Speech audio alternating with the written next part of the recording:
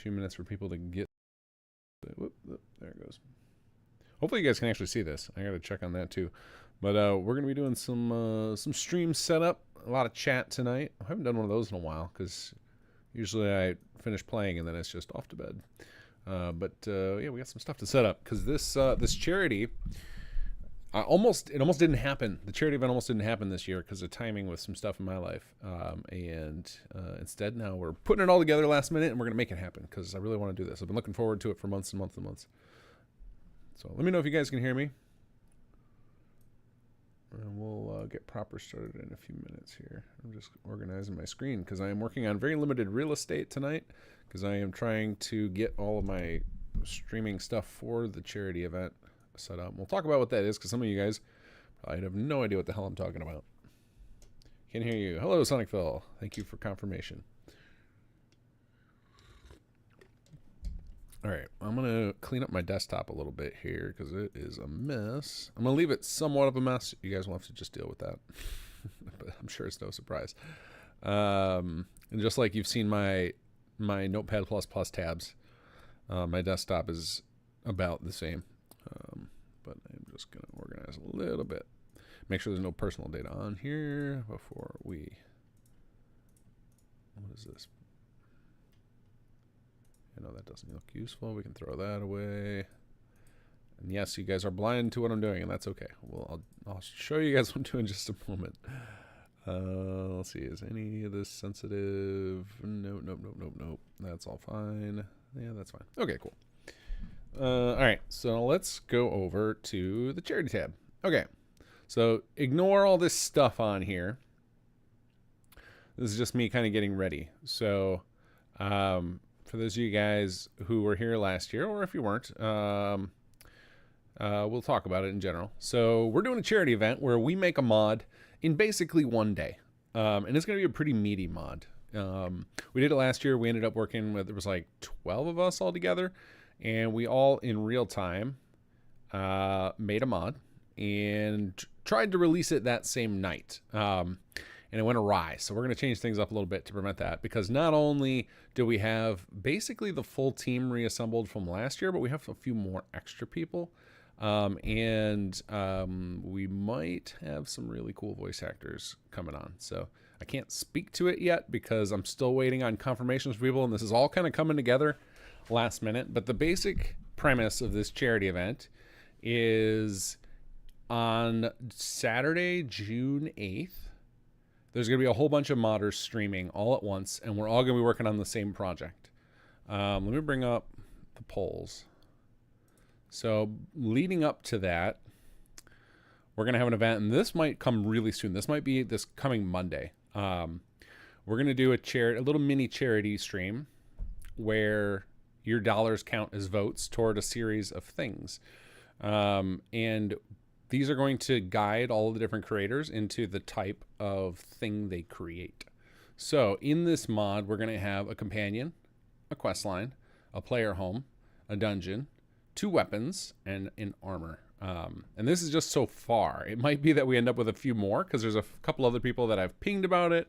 They were kind of interested, but I didn't get them to confirm one way or the other. So this is going to be like a super mod. And it's got a bunch of pretty well-known people working on it too. So the like the quest line is going to be handled by the SimSettlements 2 team.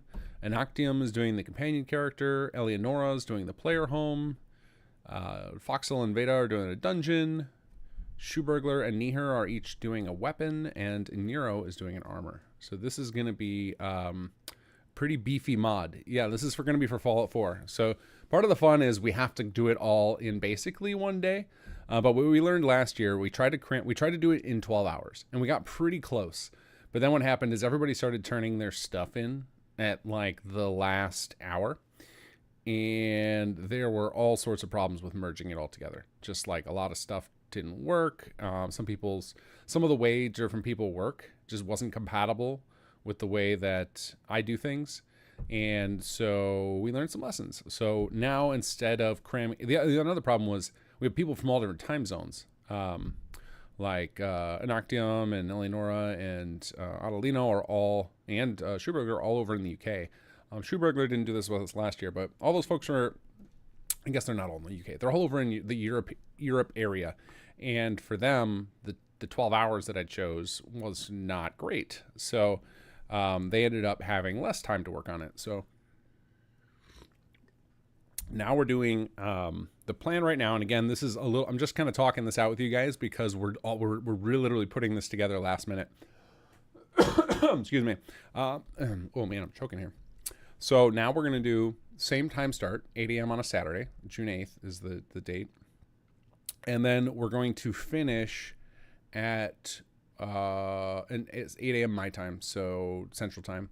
And then we're gonna finish around noon or 1 p.m. I gotta remember. It's basically we're gonna go right up until the next day when the Xbox Showcase starts.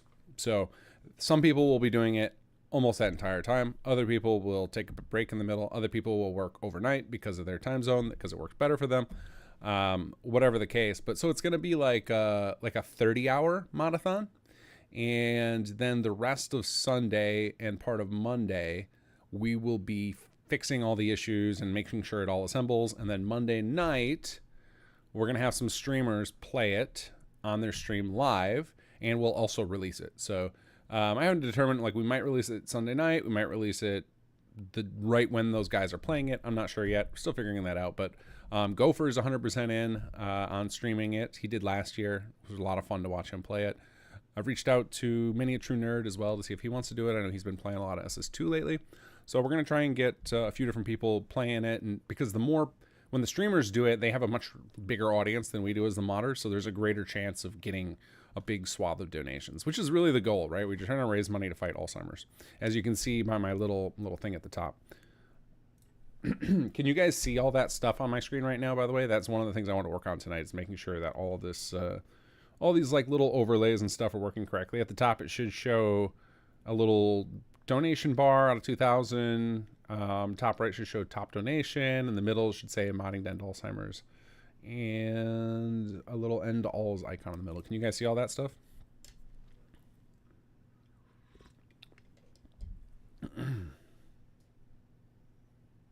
Oscar Fry, hey, is it bad or cheesy that I want to hear Jake say the whole "Do you feel lucky" punk line from Dirty Harry? I'm sure you'll get another opportunity eventually. Eventually, we'll do the super chats for charity again. Mr. Grow Gaming, we can hear you. Awesome. Nick Carter, have you noticed any improvements in the new version of the CK? Are you talking about from the next gen update? I did not update. I'm afraid to update. I'm not going to update until they force me to, because I don't want to break SS2. I'm very terrified of that. Michael Villanueva, how does the recent update affect your mods? So excuse me. I think I've got really bad allergies right now. My eyes are itchy. I'm coughing for no reason. Like, I'm otherwise not sick, but I just have like little irritants in my head. So apologies. As far as the next gen update, so it does break the the Workshop Framework export tool, but the rest of Workshop Framework should work fine.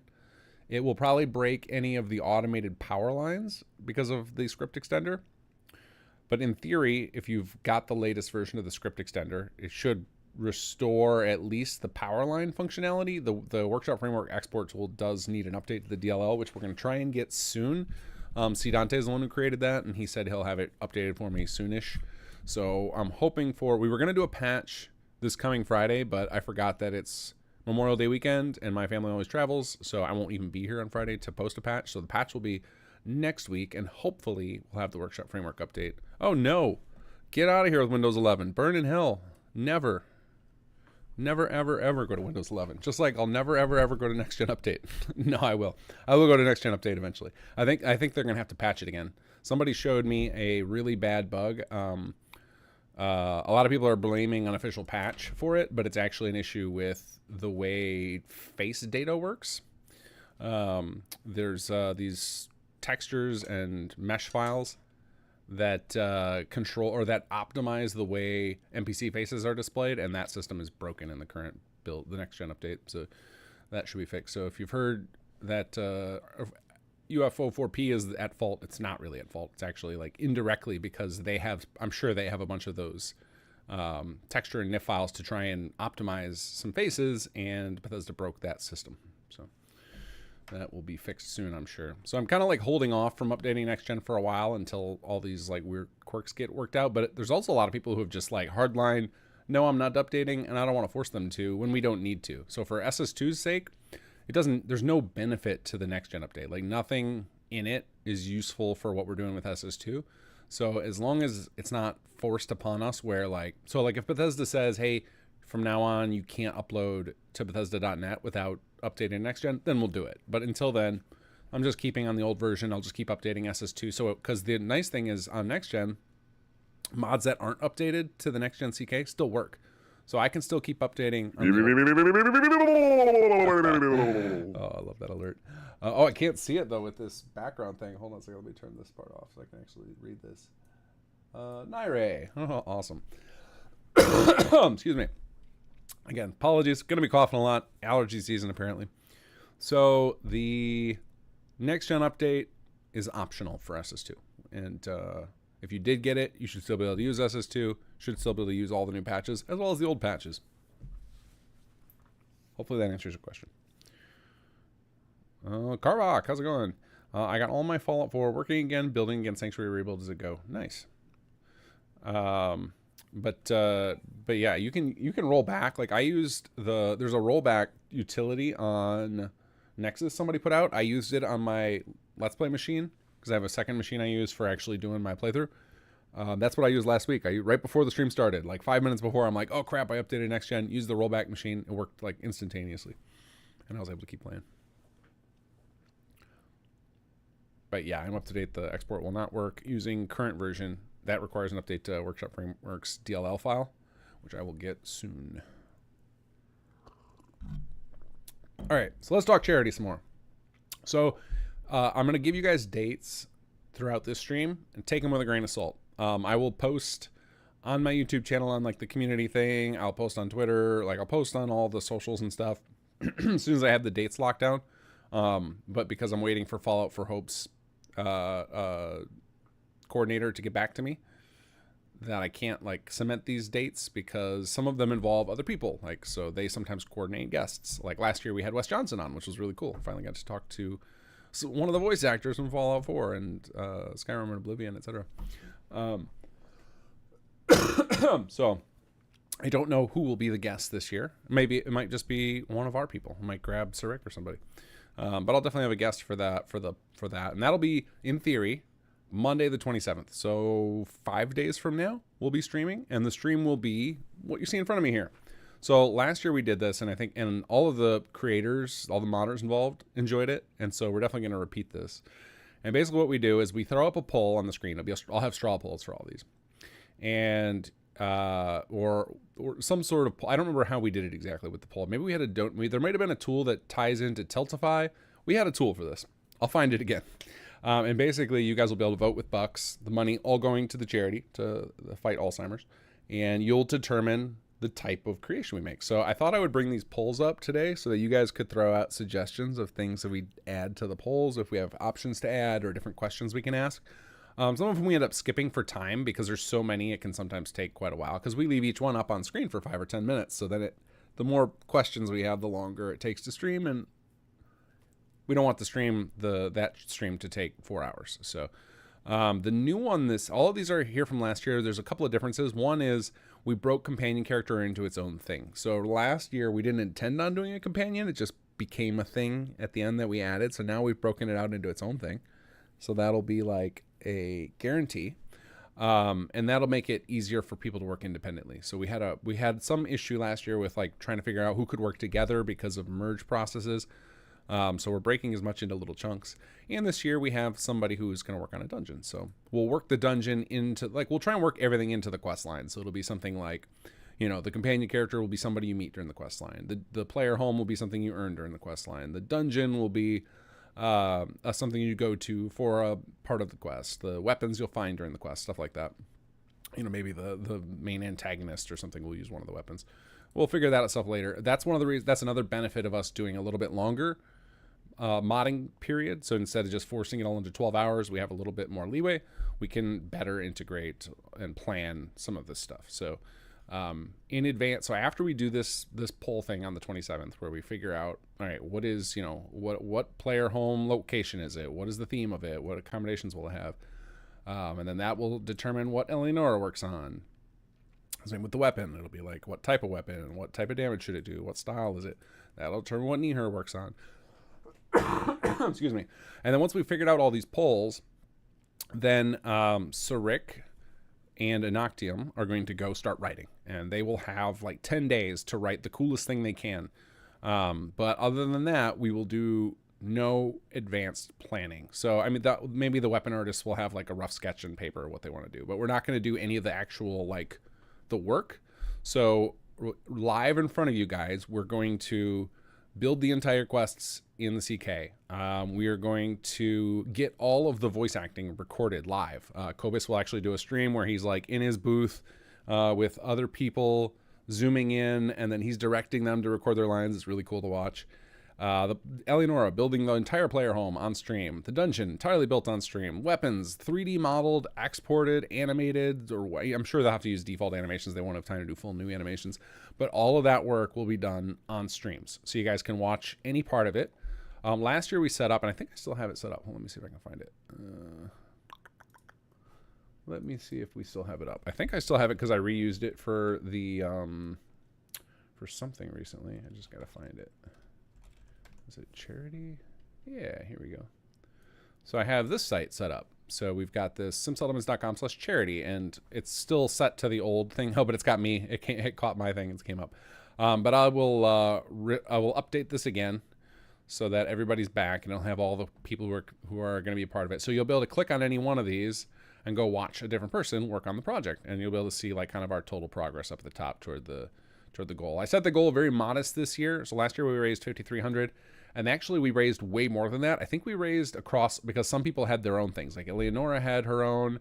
Gopher, I think he had his own. A bunch of people had their own. And so like we tallied up everybody's. And from this project, we raised like $16,000 last year, which was crazy. So I think that my 2,000 goal, super modest, but we'll bump it up throughout the project, or throughout the thing. Kakumahu, love your mods. Thank you. So sorry we're not playing them right now. I'm so excited about this charity. It was so much fun last year. It was crazy. It was like really intense to work on. But I think a lot of people got a kick out of watching us all like struggle through with a 12-hour grind of modding. So we're going to try and keep as much of that pressure feeling up as we can. But obviously, like, we have a little more leeway, so some of that pressure will be taken off. But that also means the mod is more likely to release on time. Like, I think last time we ended up releasing it on like Wednesday or something afterward, because there were so many bugs that were with the merging process. Let's see. Craig Stranathan, my current save game is Sans SS2 just for giggles, and I miss it. Thanks for that. Well, why is it without SS2? No, it's cool. I get it. Especially people on Xbox. Like, sometimes you have no choice. We take up your whole space. We're praying that one day Bethesda says one day that you guys get more space on Xbox. Yeah, don't mind all the like weird stuff the Creation Stars thing. This is me just testing my overlays. I can actually turn that one off. I am trying to make sure my overlay stuff is all set up correctly. It looks like it is, so that way. Nihar, you animal, you animated that whole thing too? That's crazy.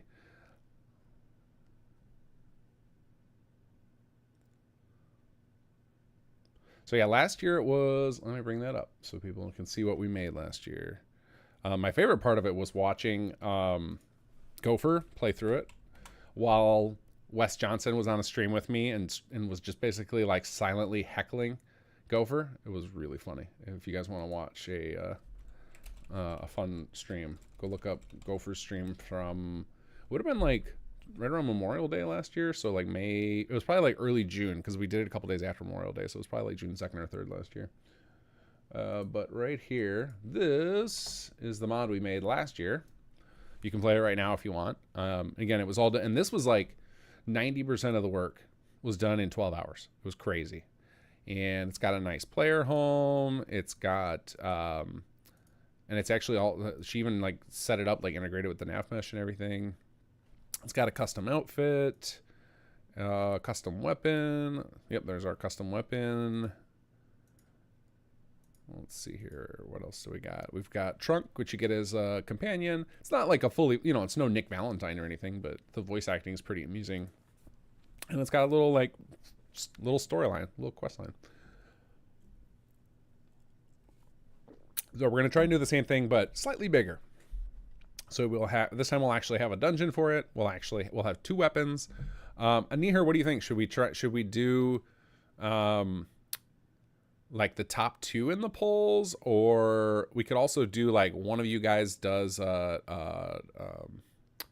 melee and one of you does ranged. I don't know. Melee is probably too easy, huh? Unless it's like whoever does the melee has to add a bunch of special extras to it to make it worth it.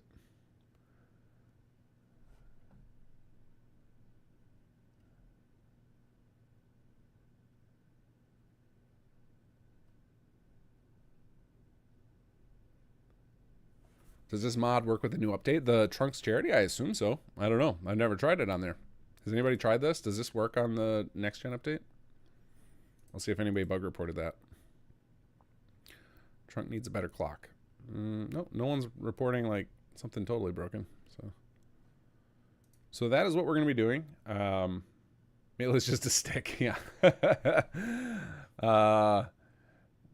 Just pick which one. Yeah, well, I got to do so I want to set, of the top 2. So maybe we'll take like top 2 weapon votes or something of type, and then like we'll make you guys, I don't know, we'll have to figure that out. Maybe we'll do 2 separate votes and let people choose which one they want to vote on. That's a tough one. Maybe we'll do like the first weapon vote at the top of the stream, and then the second one later on, so that way people who like didn't like the way the first poll went can try and change it in the second. I don't know, we'll figure that out later. One of the things I do have to fill out on here is dungeon, some polls. Maybe you guys can throw me some ideas. So the first thing, obviously, we've got a setting poll. What else could we add to this? What other things could we put on here to help guide the style of the dungeon? I guess we could do the enemy type, like who is in this place. That would probably be a fun one. So yeah,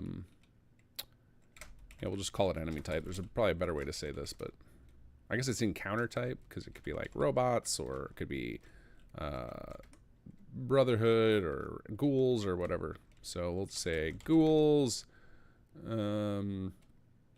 say creatures, gunners, raiders.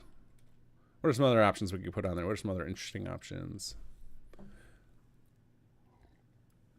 We do have, for the sake of being able to merge all this, we can't do like full DLC. So it has to be stuff that's available in the base game.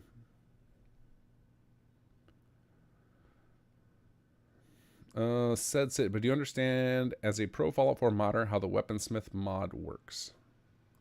I've not really looked into weaponsmith. I'm sure some other people here could better comment on that. I don't even know what it does.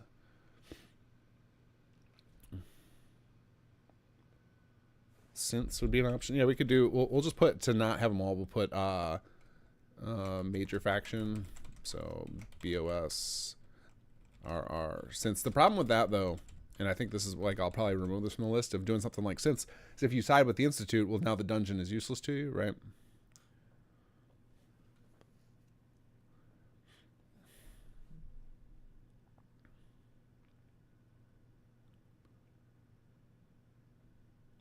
I think that, yeah, maybe we could do puzzles and stuff. I was going to say, the problem with puzzles and stuff is it could slow people down quite a bit, but that might be the type of thing that I could help with.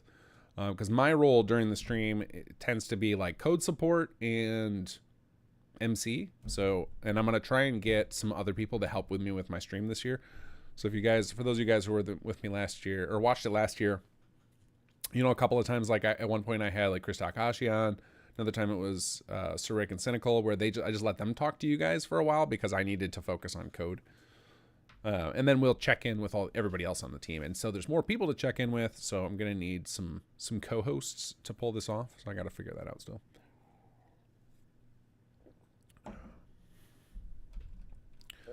All right, so we'll do, what would we call this? You said, I wouldn't say, I don't know if it would be, let's see, puzzles / traps. Okay, let's see here. But how do we vote on that, right? Like, what are they voting on? That's part of the thing. Like, we can't just do a poll just because. So, like, what kind of things would they vote on, guys?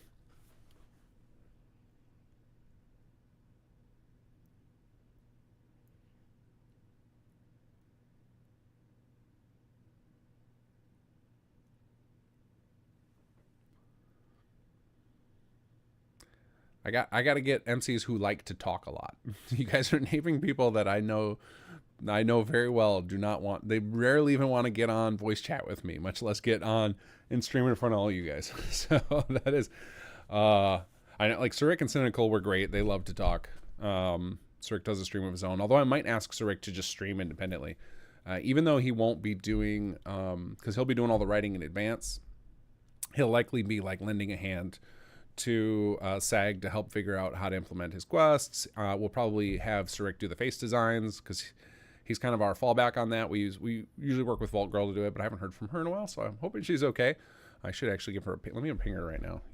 That's gonna make me feel bad if I haven't heard from her, something awful has happened. Hey, I haven't heard from you in a while.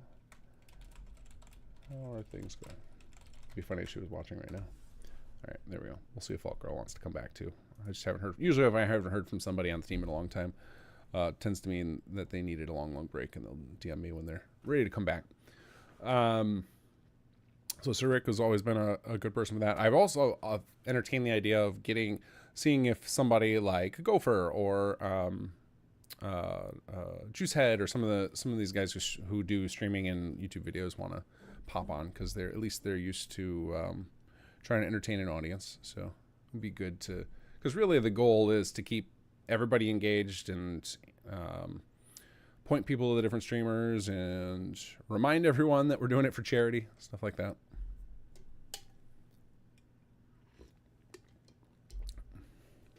Nick Carter, do you know if it's possible to convert the new form of BSA to an older form of BSA so it works on an older version of the game? There probably is a utility for that on Nexus that someone's put out, but I am not familiar. So I rolled back all my tools, and I'm still making the old versions because of stuff like that, because there's no benefit to the new BSA format as far as we can tell.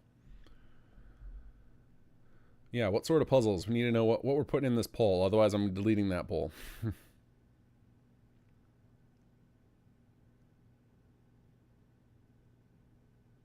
Yeah, I can reach out to all these people to generate. I don't know. I've never interacted with Degenerate Dax, so I don't know. I don't have a contact point for him. Al, I do though. I could reach out to Al. Hello, Erica. Just know I can entertain an audience by throwing harsh German words at them. I think Pra would qualify for that too. We could get him to do that. If we need to yell at people in German, I bet he could pull it off. Jumping puzzles. Can we make a platformer dungeon? Let's make a Super Mario Pipe World, please.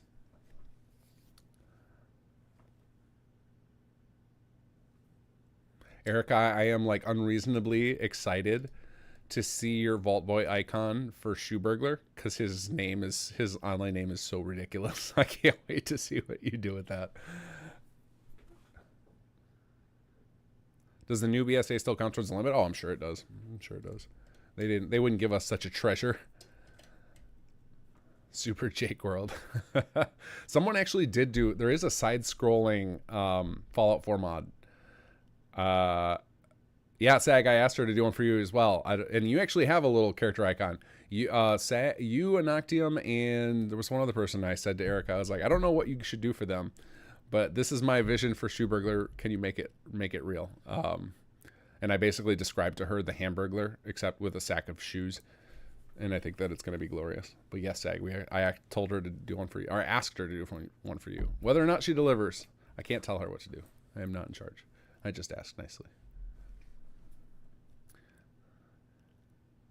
Oscar Fry, so a bit late to reply to your question, but the dungeon should be Vault 120, the Underwater Vault, and should be home to sentient death claws. That might be tough to do. Sentient death claws might be tough to do. We could do robots. Could be a good option. Robots. I don't know how I forgot that one. Let's see. So the puzzle trap thing. Yeah, I feel like this isn't enough for a poll. I think that's just something that's going to have to be like, that's up to them to figure out in the moment. and that could slow them down quite a bit. Like just doing the setting and making the place look nice and having appropriate clutter and lighting and then having encounters, I think is going to be enough work for them. I think this is going to be, it would be cool if we could flesh it out more, but I think any traps at all other than like pack-in traps is going to derail them really hard. Because it's going to be, you know, it's a lot to build a whole space. And what I'm probably going to recommend to them is they take a vanilla cell to start with and then like clone it and then tinker with that, maybe add some more space to it or something, just because building out a whole building alone will be a hell of a project to do in 12 to 20 hours or however many hours. Because the thing is that most of us, I think, are going to sleep in the middle of it. It's going to be like, there's going to be a staggered period. So it'll be like a bunch of it.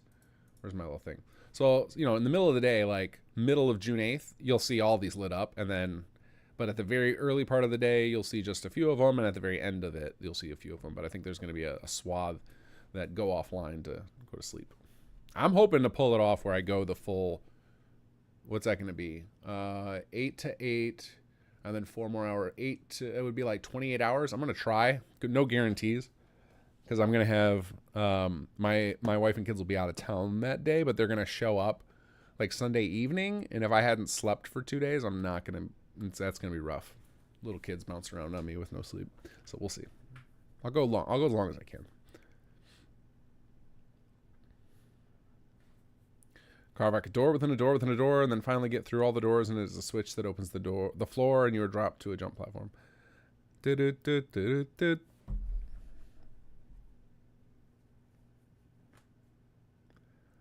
Yeah, Erica, that's the coming up with the how it looks. That's a challenge for, you might have to do class photo style if we all get an icon in there. You can see in the charity channel now how many people are involved this year. It's a lot of folks. So, but I will leave that to you. I think everyone will understand if you don't get to them all. I think they'll understand that it's hard to come up with a design that works. Has to fit in a thumbnail. But everybody loves your work. So everybody's jealous and wants to have their character in your art style, and I don't blame them. Dungeon of Mirrors, we'll invent, part of the mod will be FO4 ray tracing. That's going to be what I work on. Yeah. All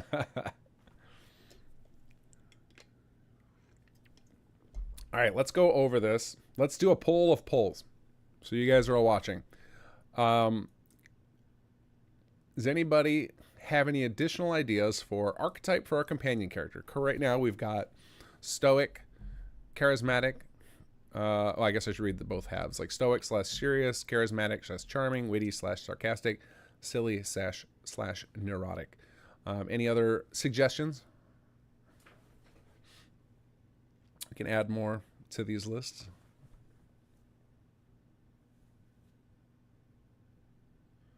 Oscar Fry, how about then a random pet store in the wasteland and the NPC bad guys are sentient geckos? We will probably not be doing any sentient creatures because we don't have time to like rig up new behaviors and stuff. That is a black art that very few people know how to do.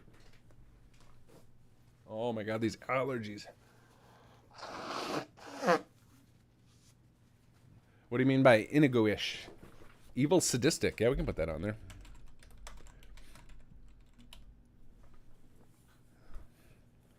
That's a nice different one. Come on, guys, throw out some suggestions. If I like them, I'll put them on there.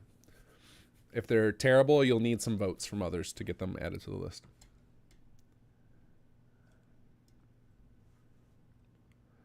How would we describe a-hole with... I don't want to put cursing descriptions on here. What would you describe a-hole in a more like neutral grammar? Looper saying it would be cool to see just a random motel in the most isolated part of the map. Dr. Evil, anti-hero, crazy. I think evil sadistic would get you crazy, probably.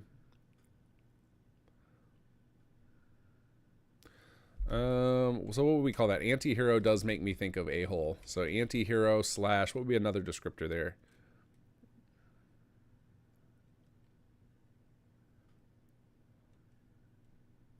would be like overconfident. I guess it would be like carefree, right? They're kind of like they don't give a damn.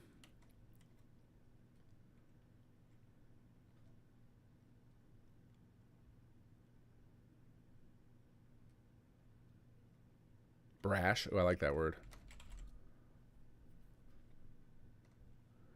Lively NJ, the man, the myth, the legend. What's up, KG? How's it going?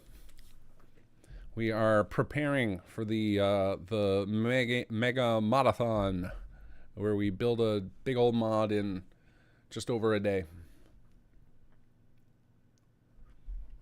All right, this is a pretty good set. All right, how about backgrounds, guys? We got, right now, let's get some more background suggestions. So we got soldier / veteran, scholar / scientist. And the reason we do these slashes is to give some wiggle room to the writers so that they're not pigeonholed too hard, because then it could be, if we vote for like a certain set, it might make it almost impossible for them to write. So we got to give them some wiggle room. Scholar / scientist, survivor / wastelander, merchant / entrepreneur. Any other background ideas you guys want to throw me on here? Yep, just like the trunks malfunction, we're doing it again. But we're going bigger this time. We got more people involved, giving ourselves a little bit more time, so that we can work out because there's a lot of with merging this many people's work all together. First of all, reminder, hit record. Thank you, Echo. Just merging all this stuff takes hours to do, and I failed to account for that time. Like, even if there weren't no issues with the merging, just straight up merging. Like when I do merges for the Bard project we're working on for Skyrim right now, there's only 3 people who turn in plugins, and it takes me 3 to 4 hours every time I want to do a round of merges. So like that's just with 3 or 4 people. This is going to be like a dozen people turning in plugins. So I'm going to need some serious time just to merge everything.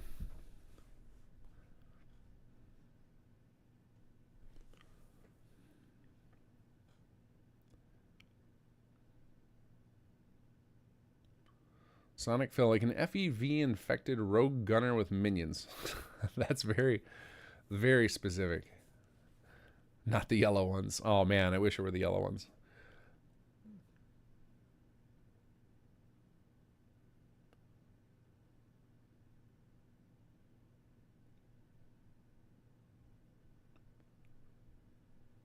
Yeah, I don't think we want specific faction members, just like archetypes, like kind of what kind of background did they have would be more. We want something a little more broad than forcing them into a specific faction. Like the writers might choose to do a faction if it pushes them in that direction. Like, you know, for a scientist, it might be like, oh, I want to do an institute scientist or something like that. But we're trying to give these kind of broad so that the writers again have room to work with. And this year again, we're giving the writers a full extra week. So one of the hard things for them is we're going to have to give them like a line cap, because they might be tempted to just add more content. But instead, we're hoping that this means better content is the goal. We don't want this to turn into a 10,000 line mod, because we won't have time to record it, because all the audio recording has to happen on stream. And Kobus will probably rage quit if we give him too many lines to record. I think he said last year we gave him too many lines already. So we have to have them focus on quality with that extra time as opposed to... But anyway, the goal then is you're going to get, hopefully, a more engaging story out of the mod this time. Because last year, I think Unoctium had like 3 days to write the whole thing. So he pulled something off. And the character's very funny. But yeah, it was definitely just like boom, boom, boom. Had to bust it out real fast. All right, hunter / collector. I see hunter that's a good one. Hunter, enclave companion. I think that's a little too specific. Make them clearly a raider, but never admit they are a raider. Yeah, raider could be a good one. Let me just write these down. We have to add a little more to these. Hunter, we need a little more. I'm just putting these temporarily so I don't forget them. Explorer / historian. I think. Yeah, that's kind of interesting. That kind of makes me think scholar though. I think that scholar could fit in. Like you could have an Indiana Jones type character as a scholar, and that's where explorer, historian. That's what that makes me think of. A thief. Yeah, thief could work. I think outcast, reject. Yeah, maybe. I think any of those could fit in to any of these other ones, right? Like an outcast brotherhood could be a soldier. Oh, another vault dweller. That's not a bad idea. That's interesting. We put that down here. Well, oh, and we have raider down here, so we'll get rid of that down from this one. Let's put vault dweller down on the faction. That's interesting.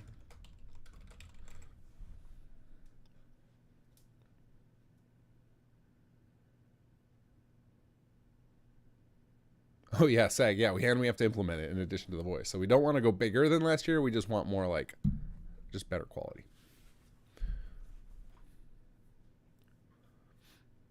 But SAG, I think this year we will get Annalino a little more involved. So hopefully we can rig him up with, he might already have some merging set up and everything so that maybe you guys can split the load instead of, because it basically like 90% of it fell on your shoulders for it last year.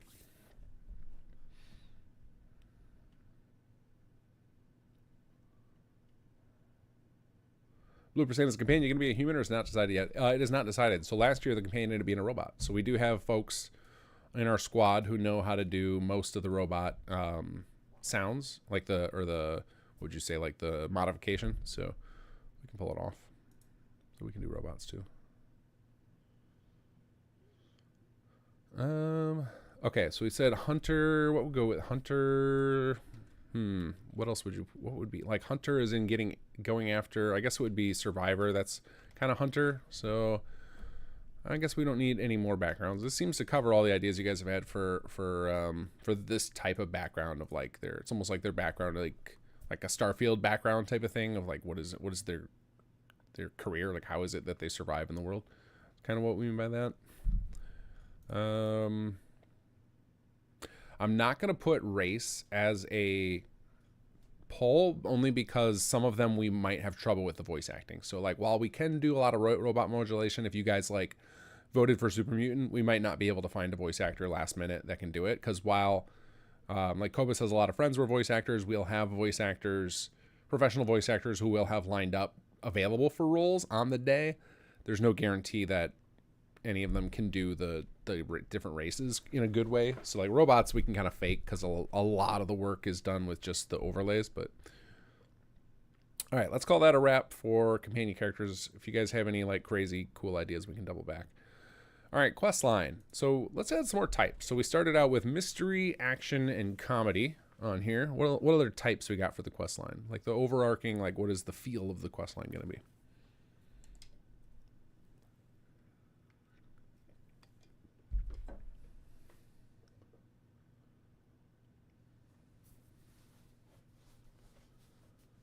For a background, maybe some kind of engineer or machinist. Yeah, I think that would fall. I think that the writers could fit that under like scientist. So.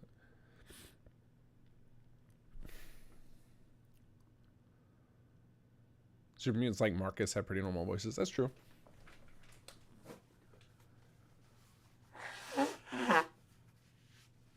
Allergies. And maybe we'll circle back. Maybe we could add a race to that. I think some of it will also be determined, like how many of these polls we actually end up doing on the stream. A lot of it will depend on how talkative my co-host is that day. Because if it's just me by myself, I can probably burn through the polls pretty quickly because I'll just be talking with you guys. Whereas if I'm talking with somebody else, I could see us going down long rabbit holes and getting lost in conversation and then forgetting that we were trying to fill these polls out. Adventure. I think that would fall under action, right? Action adventure kind of goes hand in hand. Assaultron host bar. That sounds like a very specific thing that I don't understand. I don't know.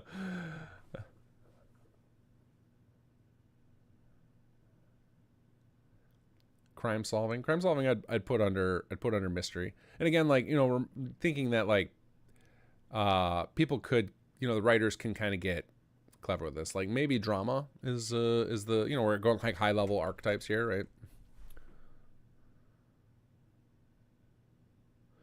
What would you describe different about adventure versus action from like a not like a movie, but like from like a novel, like a story? Because like that's kind of where we're starting with, right? Like what is the high level different story type?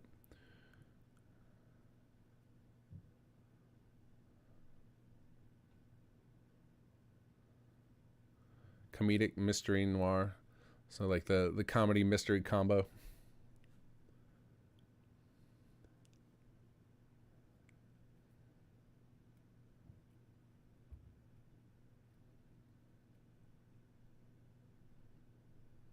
Espionage.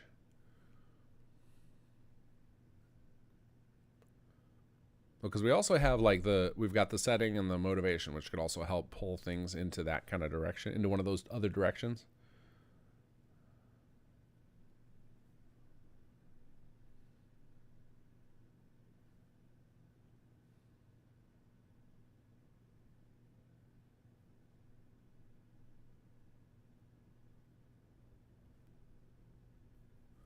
Well, I think if we're gonna say adventure is more about exploring, I think that we'll struggle with that just because we're gonna have one dungeon. So like, we will have like we're most of this is gonna have to happen in the Commonwealth.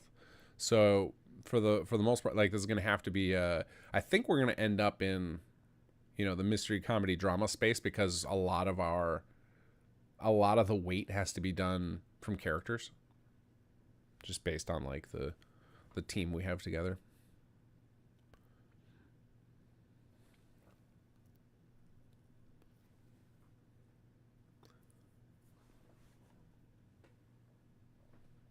We could probably do horror.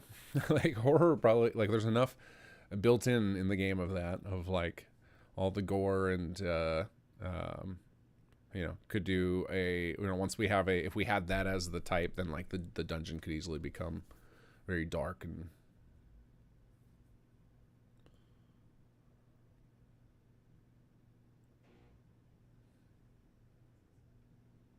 is a mystery comedy drama more the tone than the type? Yeah, maybe I'm using the terms loosely because I am no writer. So I may be using them incorrectly.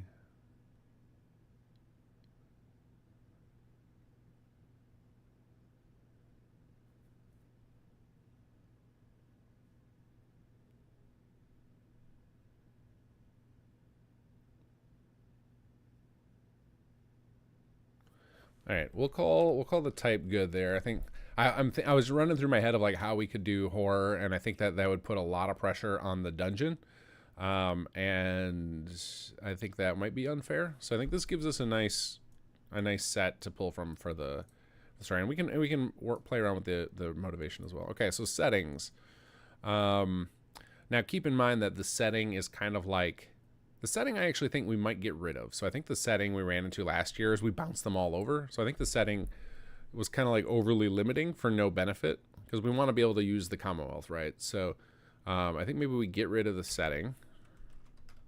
And let's look more at the motivations. So right now we had revenge, pursuit, discovery with treasure knowledge as an idea for the type of things they'd be discovering, atonement, redemption. Because in theory, most stories, especially character-driven stories, you're probably going to come across a character who's going to have a thing they want you to help them with. So it's kind of like, what is their motivation? Now, there's no guarantee that the character that drives the story is going to be your companion. In fact, I would guess probably won't be, just for the sake of like, we're going to have two different writers working on stuff simultaneously, and so like we don't want them to have to like we'll probably more likely, I would guess, the companion character will be like a small guest role in the main quest, just because we don't want the two writers to have, they're not gonna have enough time to coordinate. Like this is gonna be super fast paced for them to write something good. So so there'll probably be like kind of two main characters in a sense. There'll be the companion character, and then there'll be a secondary character who's kind of guiding, pushing the quest forward.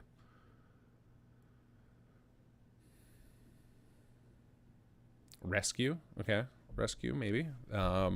Makes me think revenge, pursuit, but we can put that for start for now. What else we got? Motivation is motivation.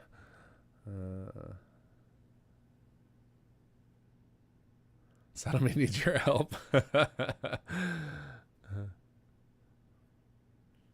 Motivation is they're a friend of Preston Garvey.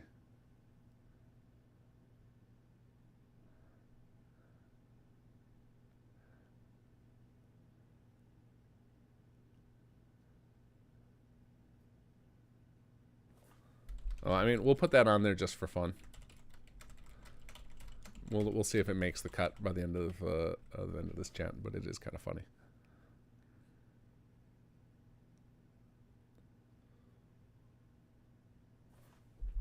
Personal gain. That would work good for if we want to do, if we end up doing something a little darker. So personal gain, greed.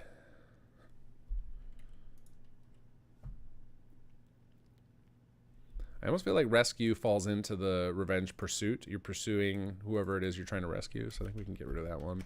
Settlement needs your help is just kind of funny. Everyone will know that's a wink and a nod to Preston. Yeah, everyone, that is my concern. I am definitely concerned with that. Computer says no. I am going to be filtering these polls based on like, okay, everyone's going to vote for that, so we need to get rid of it because it'll be too automatic. And then the poll itself kind of pigeonholes as opposed to like people's votes. Like I want stuff that feels equally likely to get votes. Like if there's something that's really, really hilarious or really good on there, we need a second one that's also that likely to draw attention so that it becomes a challenge. We don't want it to just be like automatically everyone votes for this because it's hilarious. Main person's dog was kidnapped. I think a kidnapping definitely could be a good motivation, but I think that's what pursuit would be. Like a revenge pursuit would be like, you know, you're pursuing the person who kidnapped your wife, daughter, dog, son, etc. You know, I think the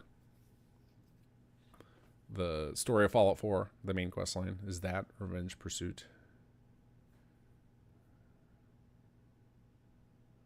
Insanity is interesting. I don't know if that's motivation though, because I think even like the insanity would be they would end up going down one of these paths of like they're going after thing, but their reasons for doing so would not make any sense. I think that would be the difference between an insane person and a normal person being motivated to do something. It would be the reasons for why you're motivated to do them.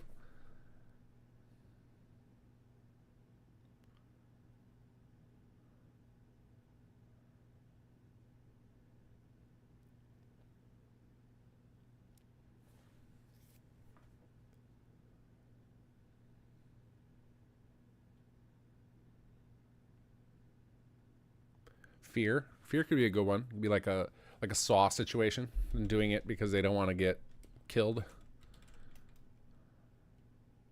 But then I think as the player, you're gonna want to like figure out why they're doing it and stop them. But I guess that's still like, what else would you pair that with? Fear / coercion, right? They're being forced. They're kind of being forced into doing something.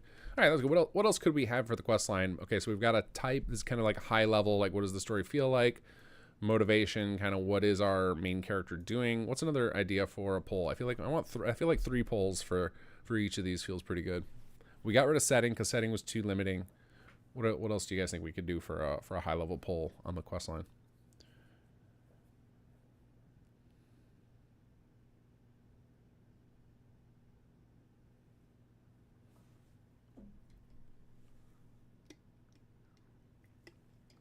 Should we do like main character quirk?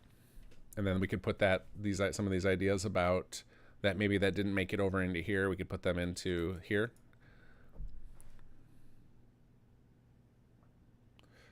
Yes, Eleanor is making a player home for the mod. Indeed.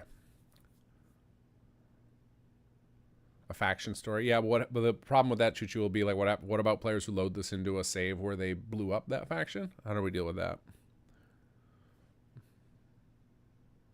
Omni, you try to rescue someone only to find out they were not taken from you. They just wanted to get away from you.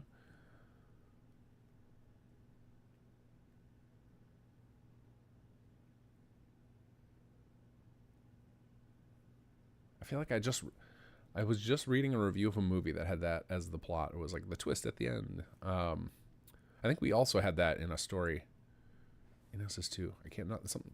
It's like tip of my tongue. All right, let's do main character quirk.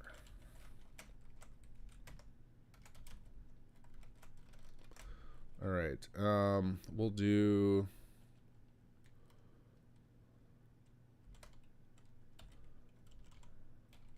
I like the Jekyll Hyde thing. We'll say multiple personality. That's quite the extreme perk. Could be pretty crazy.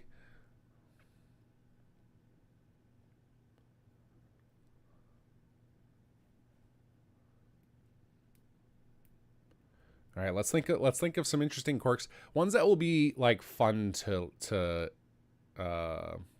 experience. Like the can't stop talking might be irritating, right? Like the people who just run their mouths like me, just it could be irritating. I'm surprised you guys all stick around for me.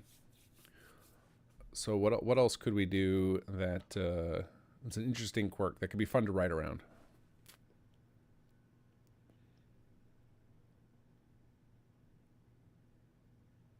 Overly fascinated by Mirelurks. That's pretty funny. Are the giant ghoul assets still in the game? The ghoul who wanders the glowing sea? I've never heard of this. Is this like a old concept art thing? Actions don't match tone. Can you give me an example of what you mean, Karvak? I think I know what you mean, but Mr. Rogan very chatty. Breaks the fourth wall. That could be funny. Deadpool style. We'll put that down. That's very interesting.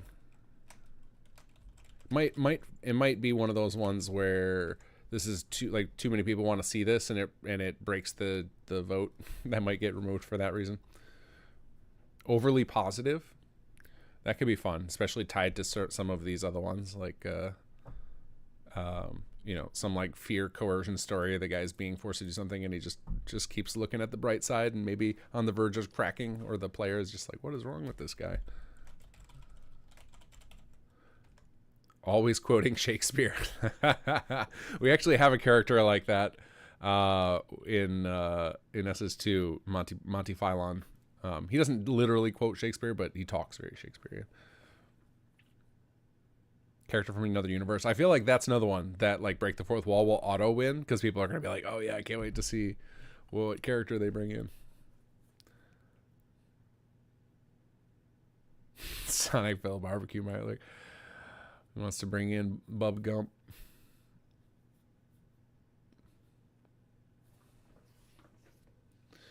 Carback, they're in combat and are under fire taking damage, but they're talking about the building you are in. They're eating food and relaxing, but are stuck on something else. Oh yeah, like they're just ignoring what's happening around you. That might just feel like a Bethesda character bug, right? Like, because that happens so much in the game, where just like the NPC is just totally oblivious to what's happening around them. Conspiracy theorist, that could be fun.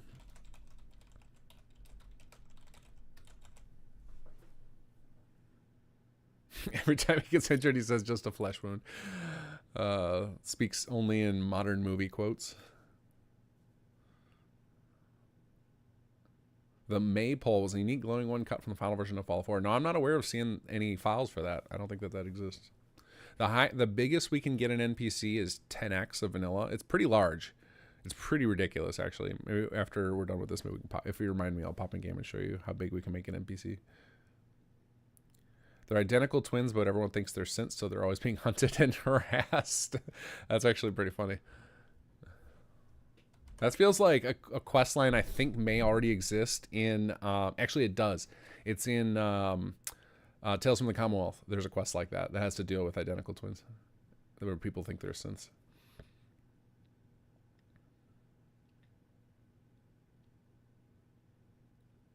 Someone's scared of birds. That'll be a tough one, I think, to show.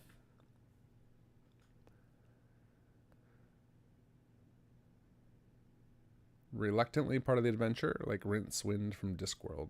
I have not seen Discworld. I think I know what you mean.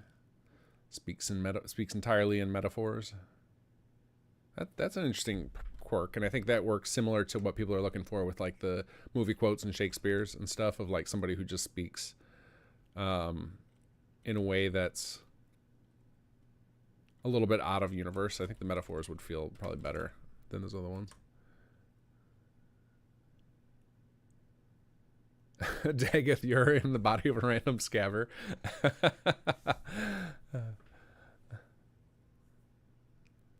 They believe they're a ghost? That's actually pretty funny.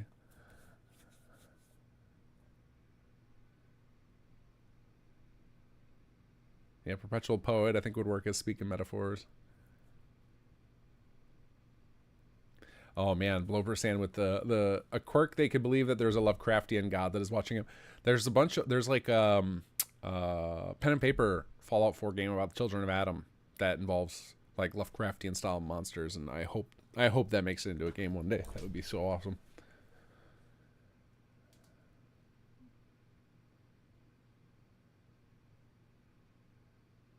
Raider Sage for the metaphor one for sure.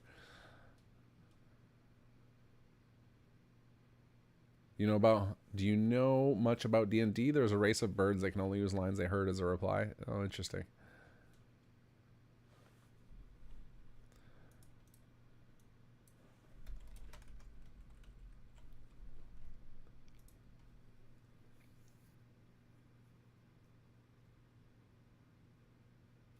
Confident coward, someone acts a lot tougher than they actually are and makes up funny excuses. That could be a good one to fill out why the player has to do everything, right? Yeah, I think we got the breaking a fourth wall on there on the list. We got the conspiracy theorist that would cover the paranoid. All right, we'll call this good. Let's move on to the next one. We don't get stuck too long on this.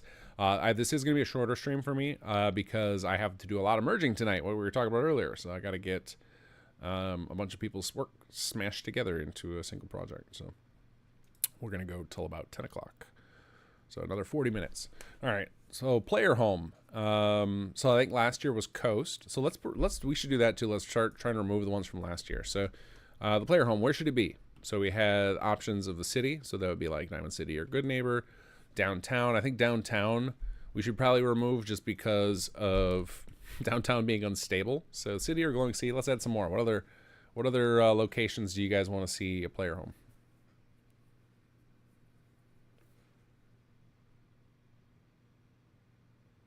Doesn't think the player is real. Side duck. Oh, that's actually really good. Actually, I'm going back to add that one. So it could be things like they think the player is a ghost or something like just that the player is imaginary for some reason. Convinced the player is. You know what? I'll do it two ways. The player isn't real, or and I think someone else said this, that they themselves are dead. I'll have to tighten the language up of this so it's not so long, but I think like that kind of idea of like they think something about the world is not real. I think that could be a lot of fun. All right, locations. A vault. I'm not gonna put vault 111, but a vault could work for sure. Because either we add a new vault or like a secret room inside one of the vaults would be my guess. Like go put a room in a house inside. Actually, can the player already get a home inside Vault 81?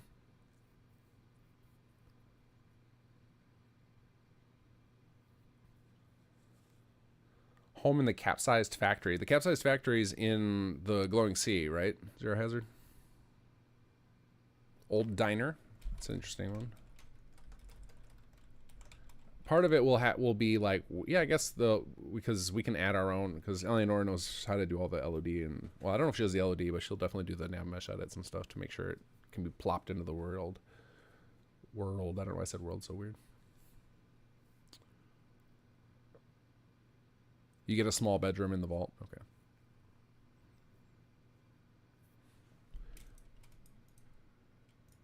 All right, so there's already a home you can get in the vault, so I'll pull that one off. A treehouse. Treehouse is a cool idea. A ship. Yeah, I like that.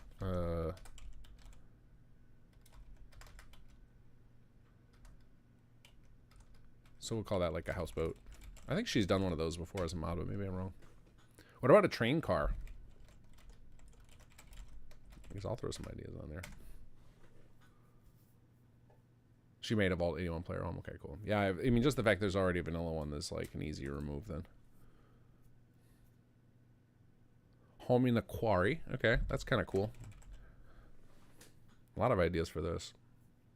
We could change some of these ideas. We can switch over to the here, right, to the theme. So if we have too many. Yeah, Overseer gives you our bedroom for saving the kid. Okay.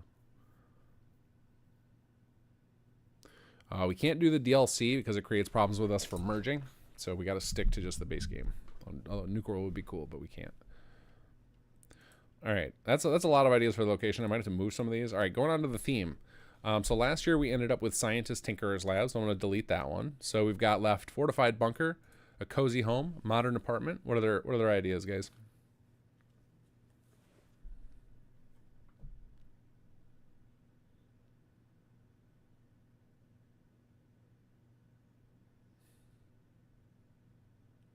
So this will just be kind of like imagine how it's decorated. So the location where it's going to be, which will kind of determine, you know, the structure, and in some cases it'll determine where it actually exists. But like, then what is it kind of like? The theme would be, I guess, kind of like, what does it look like on the inside? What is the person who lived there before you took it over? What was their deal?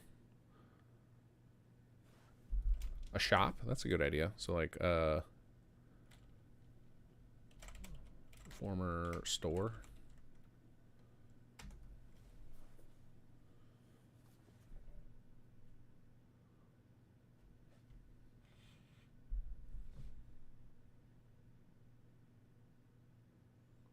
Big game hunter. So like a hunting lodge? That could be interesting.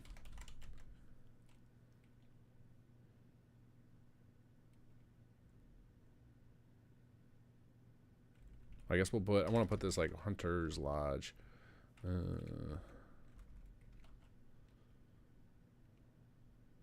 I think Hacker Den will end up too close to the Tinker Science Lab, which I just removed, because that's what we ended up with last year. So I want to make sure that it's something a little bit different.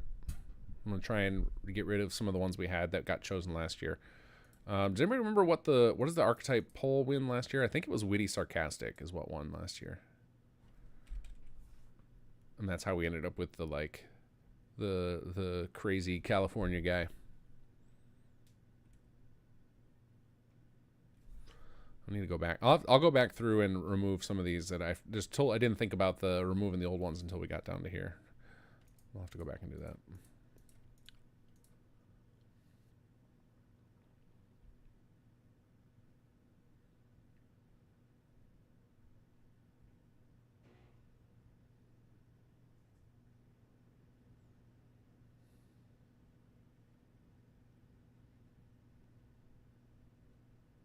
A bar / club, a greenhouse.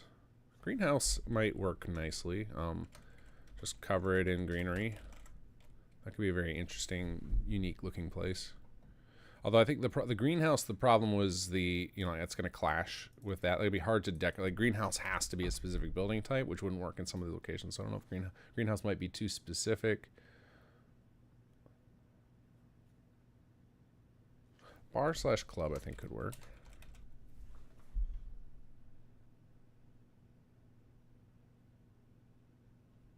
All right, that's good for a theme. Okay, accommodations. So last time we ended up with, I'm almost certain we had to have ended up with pet friendly, right? Yeah, because it came with a cat. All right, so now we've got made for two, place designed to look like you live there with your romance companion. Having a robot butler, so it'd be like, the place would have like a charging station for a robot and a robot that would wander around there. What else could we put here in special accommodations? This is just some extra little flourish that can be added. And keep in mind that certain things will always be included in these, like Eleanor always tends to do, bed, crafting stations. Like, those are kind of automatics, so you don't have to worry about those. But it's just like, what's something interesting, a little extra that she can try and bake in?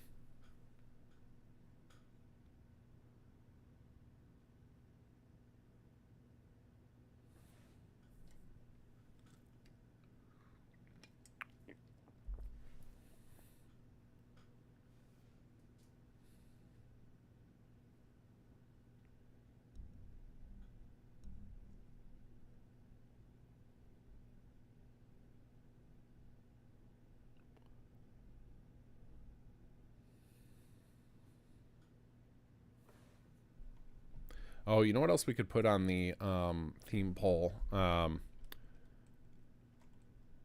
we is to get, like, we have all these are kind of nice, right? We don't have any like evilish type thing. I'm gonna throw that on there as an option.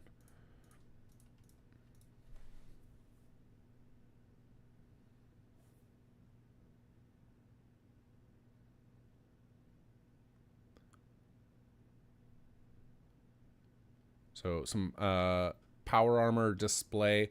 Are you thinking like maybe we could do like like an Iron Man type of setup? The little chamber full of power armor display area. We'll put it power armor display room. Something like that.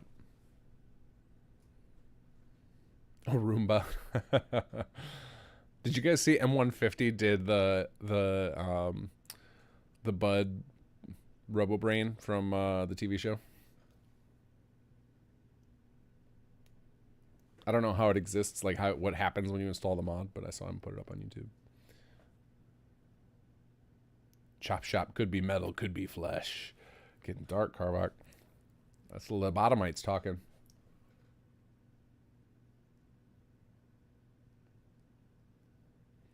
I love M150 not only because he's crazy with the stuff he puts out, but also he just shares all of his stuff openly. He's like, yeah, go.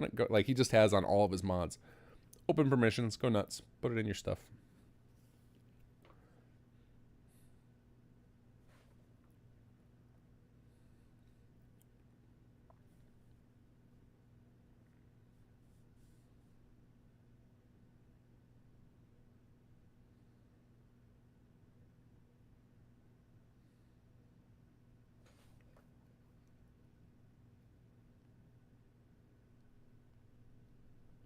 So I think you want like a trophy room. Computer says no. And that could be like bobbleheads, weapon racks, etc.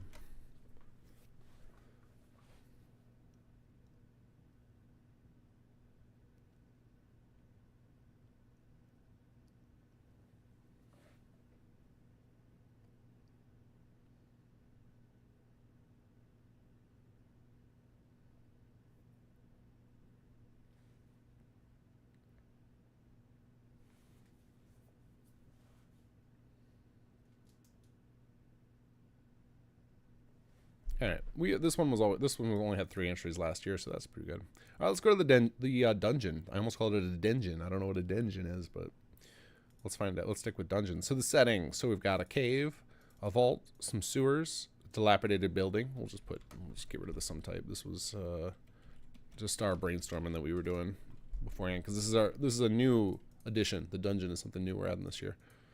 Underwater shipwreck.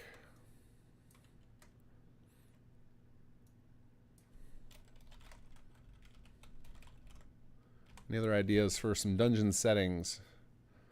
Metro. So I'll put it under sewers, so it'd be like subway / sewers. Let's give them the freedom to like do both, right? Because you could easily kind of mix and match there. One being connected nicely to the other.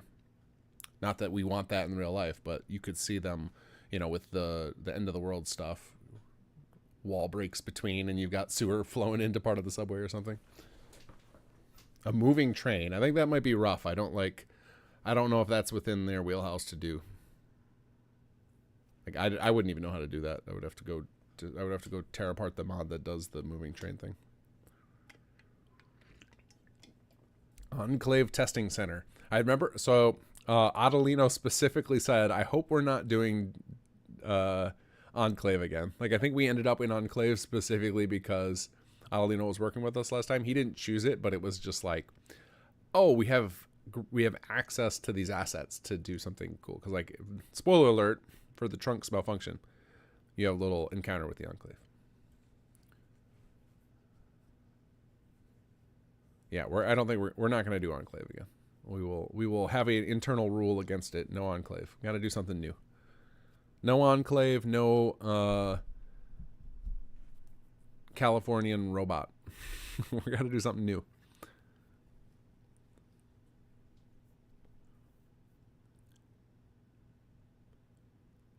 A factory as a setting. That's an interesting idea, especially if we can get some of the. I mean, we can't use the DL. Well, maybe we can use, because on SS2 we are able to safely use Automatron, and that has a lot of cool factory, like moving bits that they could use for decorating with. So maybe we can do Automatron. I'll let them do animated bits for the factory.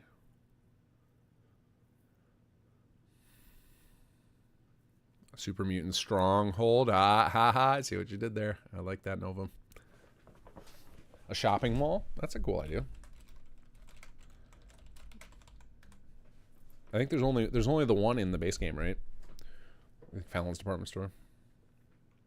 A zoo would be tough because we'd have to use Nuka World to get a decent amount of animals, and we can't do that. Like I think we can parent the small DLC, I think, safely, but as soon as we start parenting Nuka World or Far Harbor, it creates a lot of problems for us when we're doing merges. Children of Atom base. We could put that down here, like at the faction, Children of Adam, and then that would kind of drive that. I do like Children of Adam a lot, but that will be under enemy type. Let's see, a cannibal den. Oof, I think that would go down under enemy, and then again, the enemy will end up driving like a lot of the decoration and stuff, right? Underground hive. I think that would be under like cave. I think that would fit into there. But we, you know, some of it is going to have to be limited to like what are the build kits we have available, right? We obviously don't have time in a day to make a whole new build kit, so we've got to work with like the kits that are available to the base game.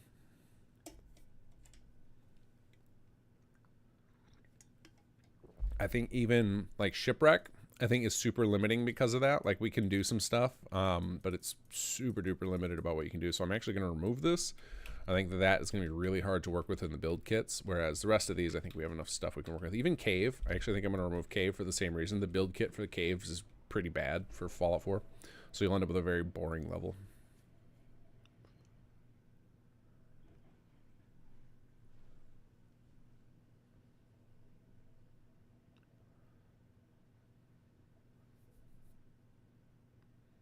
All right, so let's move on to enemy types. So I think I'm going to remove major factions just because it would force us to have to do like a remnant faction because it can't be the main faction. Otherwise, it could conflict with the player's choices in the main story.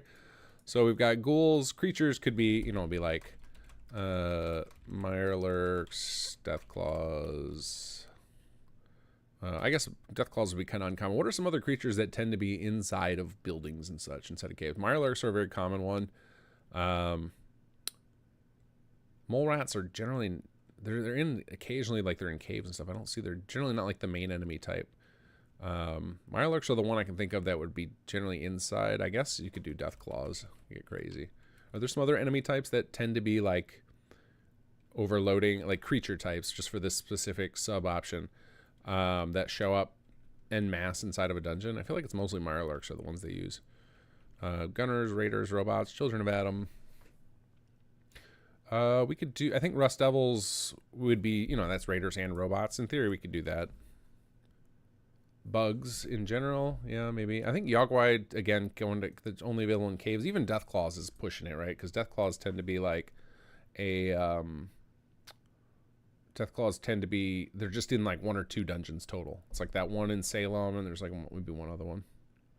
Yeah, I think none of these creatures like make sense just as like a whole thing. So I think we'll just put Mirelurks. Because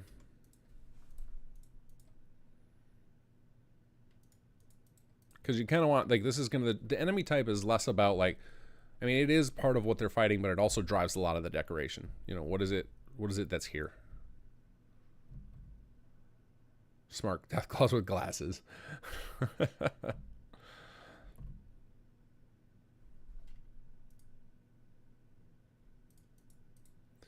All right. Is there any, can anybody think of another pole type? We talked a little briefly about, I like the idea of 3 poles per thing. So like setting is nice. Enemy type is nice. That helps drive a lot of it.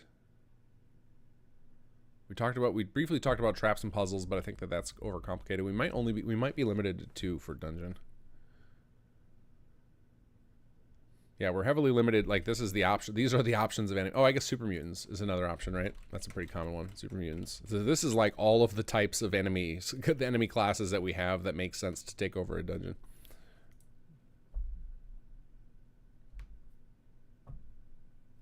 Oh, but I think super mutants is not one word, is it? Let's mark that. All right.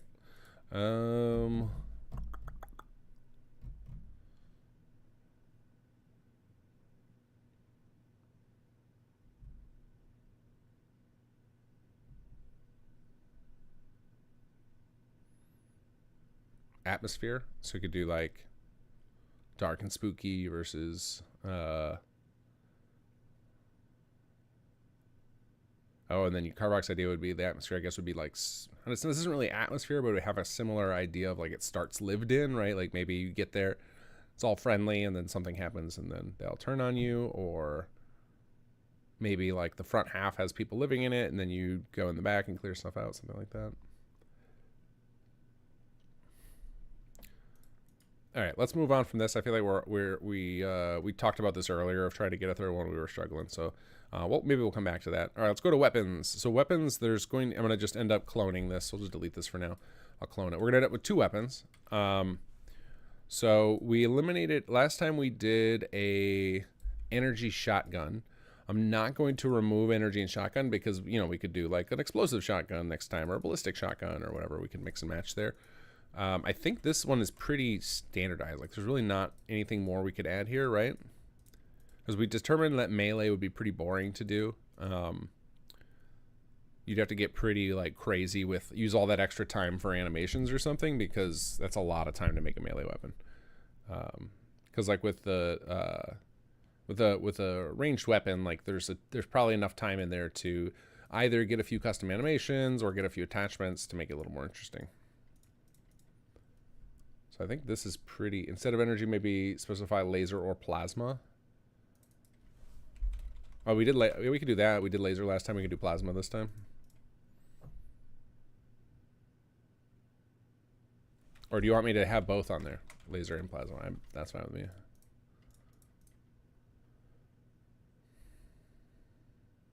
Because like the other thing with the base game is like generally like a rifle can become automatic, semi-automatic, sniper rifle, like because of the mod system, you can kind of go turn each of these, like, so you kind of just need to have like the big, like the classifications of gun.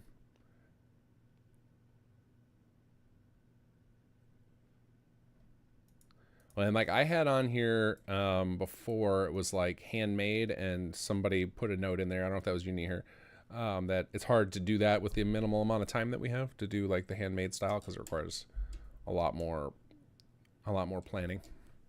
It's less hard surfacey. It's more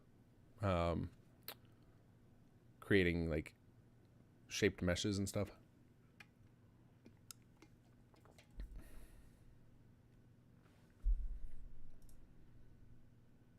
Yeah, okay, cool. Yeah, I removed that one. Gauze is another type you guys are asking for on the damage type. I guess it's not really damage type, it's more like ammo type, right? Bullet type. It's not really ammo.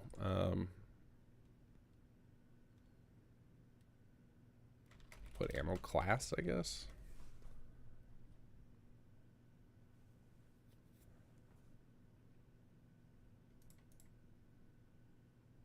Projectile. Yeah.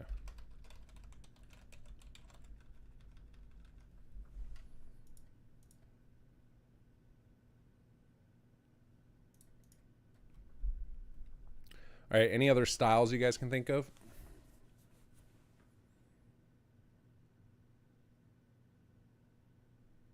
Hello, Kez. You're in time for the last 20 minutes. I got to do a short stream tonight because I got a lot of work to do.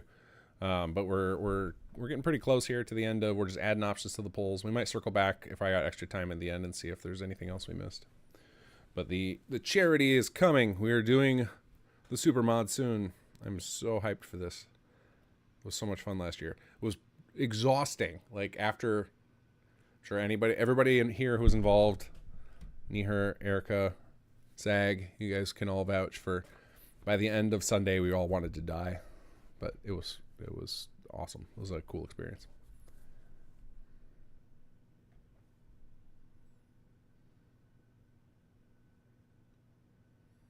Giant throwable ASAM sensor. Perfect weapon.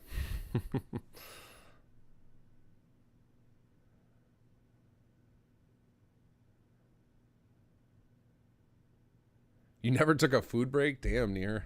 Hardcore.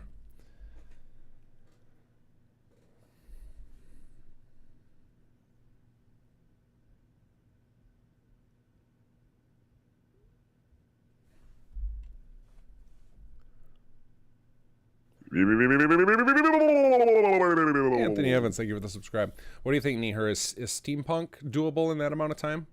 Because like I think what you were trying to avoid with the handmade is like that we have to get into sculpting, right? But I think you could still do steampunk, kind of hard surface, which I don't know. You're the expert here. Can I put steampunk on there? Thinking like the railroad rifle would be a good candidate. I actually think the gauze rifle has kind of the steampunk vibe. I think plastic would fit under like Institute style, like Futuristic Institute. So I think that would be covered there.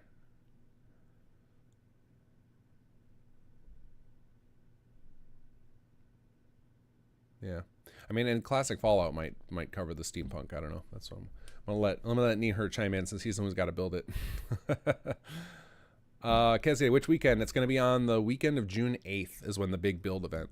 The actual polls where we like do your dollars or a vote will be on, theoretically, like the date of the actual build, June 8th, that Saturday, is 100% guaranteed. That's when it's happening. The date we do the polls is tentatively this coming Monday, but it might get moved, and I will post on all my socials as soon as I know. I've been waiting for someone to confirm on me.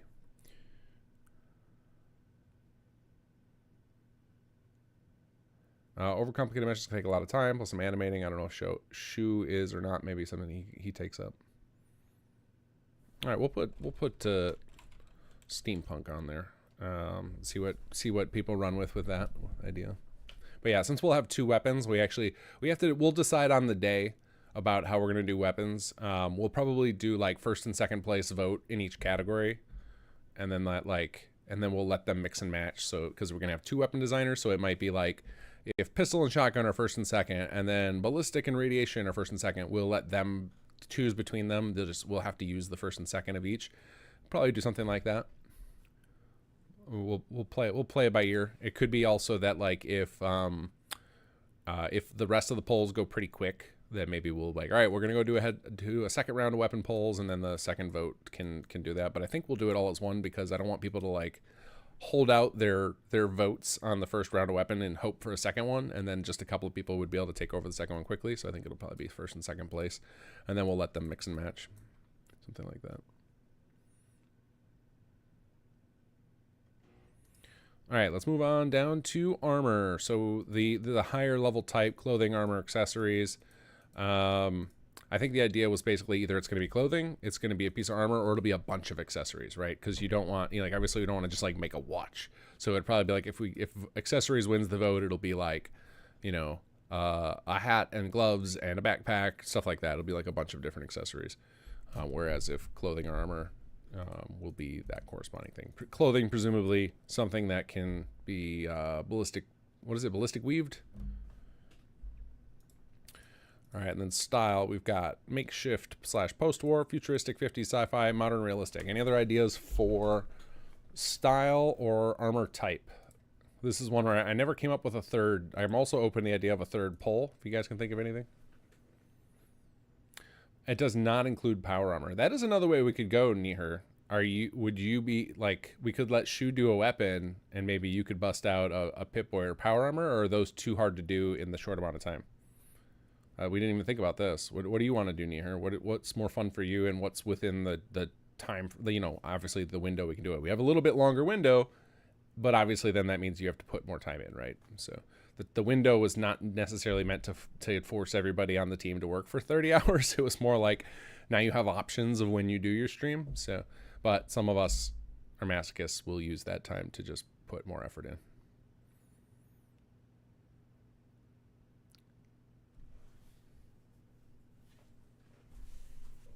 Didn't realize I was going to put you on the spot so much tonight, Neher. Do you want to commit to a power armor suit? I bet people would love that if we did a power armor suit. That's your call. You tell me. Because then if we're doing power armor, we gotta get a whole new poll on here.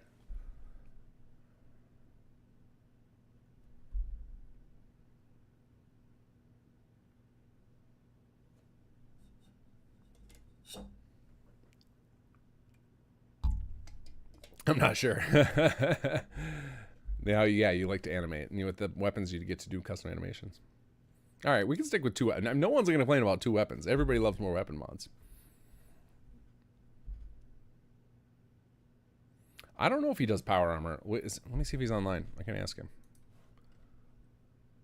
Does anybody see? Can anybody look up Shoe Burglar's mod history on? He's got to be asleep. It's like probably 4 in the morning for him. Yeah, there's no way he's online. Let's go look at Shoe Burglar's mod history. That'll be quite a shock for him when he wakes up in the morning. So I signed you up for making a full suit of power armor. Oh no, it logged me out of Nexus. What's going on here? Oh, we are aware of an issue with authentication on the site. All right, let's see if I can do a search. Let's see. Can I search for by author? I think all he's got is weapons up. And yes, he does just do models in general, but I think no one wants to learn like the skinning or something last minute. Yeah, he's only got weapons up, so we'll probably got to stick with weapons because we don't have, like we don't have time for learning new stuff. We learned that the hard way when we did that Unreal. We did an Unreal game jam where literally none of us had any experience in Unreal, and it went terribly. Like we never even released the thing. Even like we didn't release it. First of all, we missed the deadline. I had trouble uploading it, kept crashing. But then we didn't release it anywhere after that because it was so bad. Power armor for a sentient red roach. Okay, I have an idea for another armor type we could add to the list, but I feel like this is one of those that's going to automatically win, which is dog meat armor. I feel like that could be a fun option, and I know that Nero knows how to do it. Okay, that's a good idea, Nero. Okay, guys, we're going to add, so take this with a grain of salt, we're going to add power armor here. Whoops. But no guarantee it's going to happen. I might cut this poll because we need to discuss it with, we need to have a discussion with Nihar and Schuberger to see like what everyone's specialties are and like what can be done. So what do we do for polls for that? If we assume power armor, what do we put on there? So style should be the first one, right? What are some styles?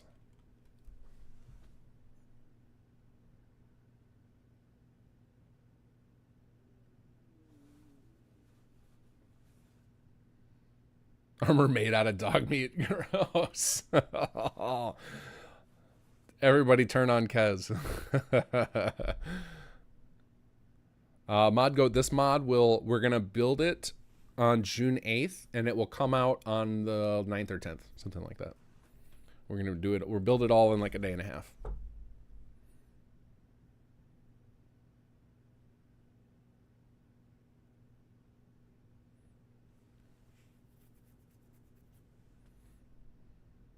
Power armor for dog meat. Oh man, the number of times I've been asked to do that, it's like, that's not my specialty. Go talk to a power armor modder.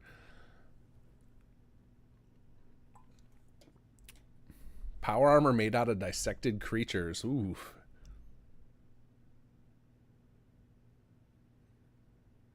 Santa Raider theme. These are very specific themes, guys. We need a little more broad on the theme.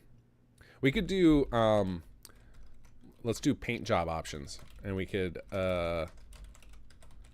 oh, should we add that to, we could add that to the armor and weapons too.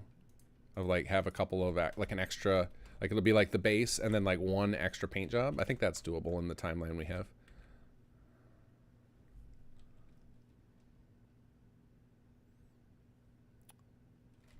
Made out of robot parts? That's a great idea.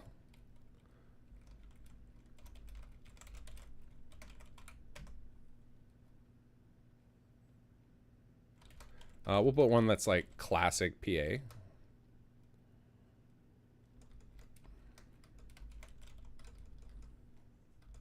So like just one that just looks like normal power armor, but maybe, you know, some extra little flourishes on it.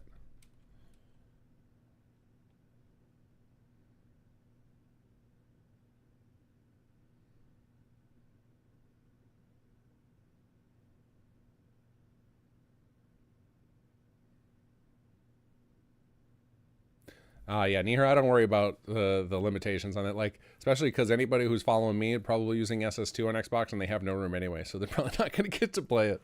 They'll have to do it on their next playthrough, unless Bethesda blesses us with more space one day. The dream.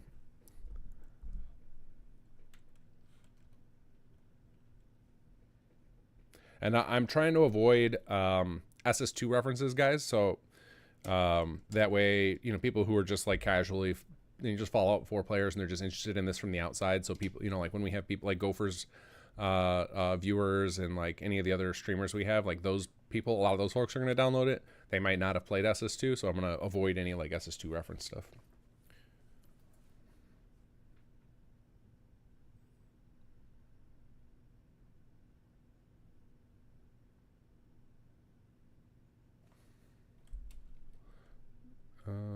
T-Series. I don't know what that is, but U.S. like Army. Okay, Army.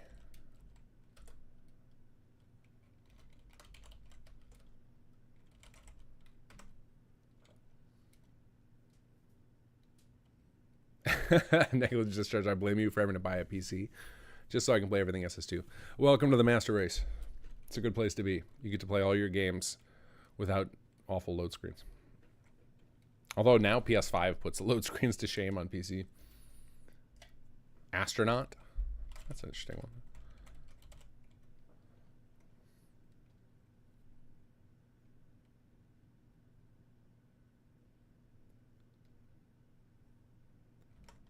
Oh, I like that. A prototype is a good idea, Matthew. Just it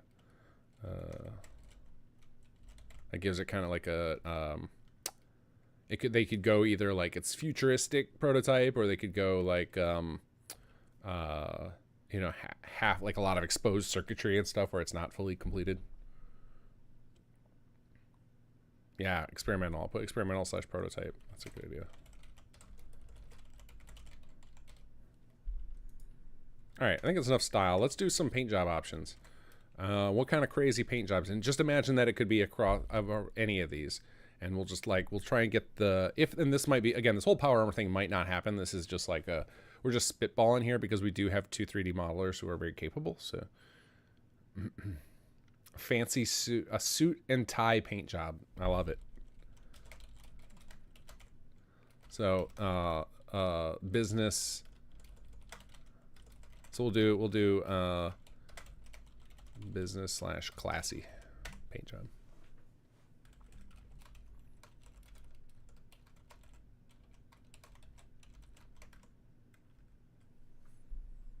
And a monocle, of course.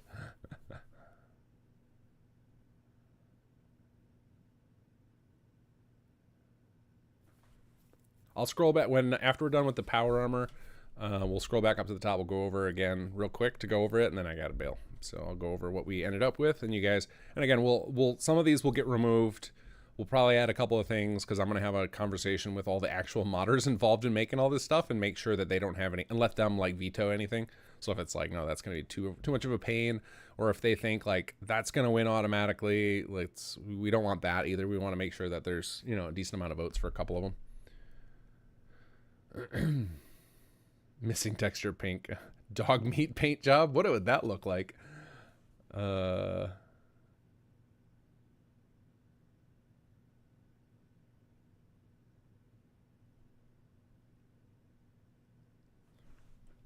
Rusty / dirty. That could be cool. Graffiti. Yeah, that could be fun.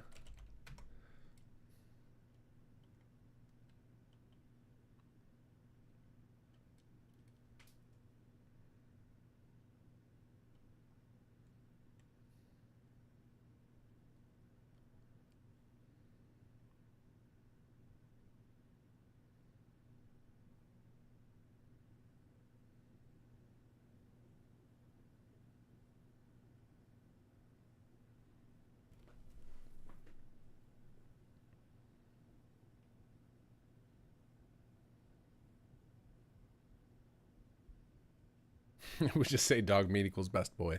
I thought you were thinking like dog meat's face painted on the helmet, and then like little paws on the gloves, like the power armor is cosplaying as a dog meat furry costume. Chewbacca power armor.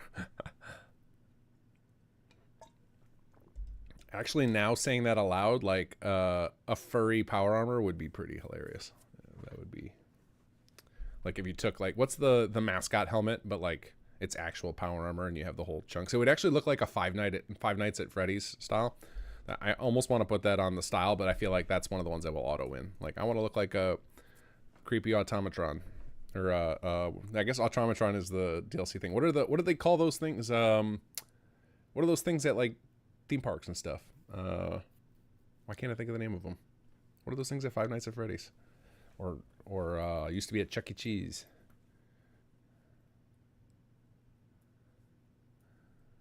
Animatronics, thank you. I couldn't think of the word animatronic. That would actually make an amazing power armor suit, animatronic. But I think it auto wins if I put that on the list.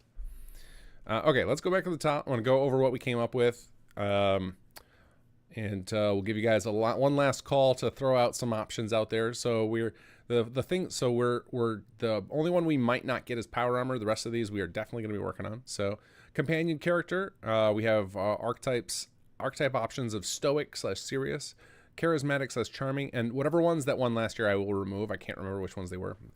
I believe it was witty sarcastic, but charismatic charming, witty sarcastic, silly neurotic, evil sadistic, antihero brash. Background, we have soldier / veteran, scholar / scientist, survivor / wastelander, merchant / entrepreneur.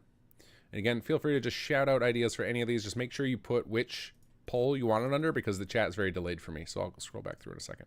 Factions, settler, brotherhood, institute, minutemen, railroad, raider, vault dweller.